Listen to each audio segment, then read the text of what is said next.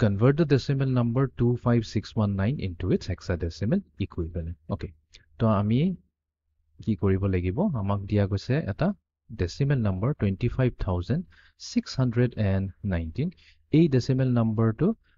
যেহেতু decimal হয় base 10 হ'ব ইয়াক convert কৰিব লাগিব ইয়াৰ hexadecimal equivalent তো মানে ইয়াক hexadecimalত ইয়াক আমি represent কৰিব লাগিব very simple কাম হয় তো আমি কি কৰিম decimal number to লম 25619 আৰু ইয়াক repeatedly আমি divide কৰি যাম 16 এৰে তো আটো লম process হয় তো আমি এটা কাম কৰ directly calculator সহায় লৈ লওঁ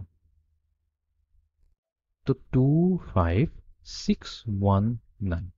এটুক আমি ডিভাইড কৰিম 16 এৰে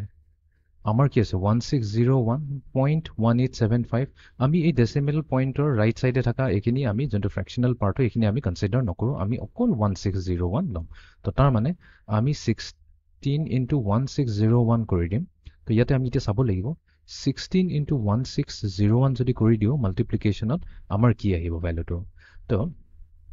1601 into 16 কৰি দিলে আমাৰ আহিব 25616 25616 but ইয়াতে কি আছে 25619 তো 25619 ৰ পৰা 25616 মাইনাস কৰিলে কি থাকিব ইয়াতে ৰিমাইন্ডাৰ 3 থাকিব এটো আমি নোট ডাউন কৰি ললো আমাৰ ৰিমাইন্ডাৰ আহিল 3 এটো কিন্তু ডেসিমেলত আছে দেই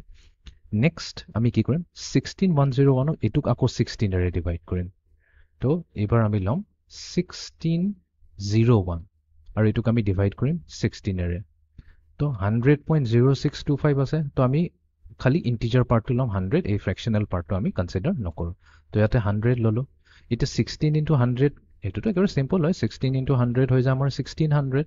whereas আমাৰ ইয়াতে আছে 1601 তো মাইনাস কৰিলে আমাৰ ৰিমাইন্ডাৰ কি থাকি যাব 1 থাকি যাব ওকে ফাইন এতিয়া আমি ইয়াক 16 এৰে কৰো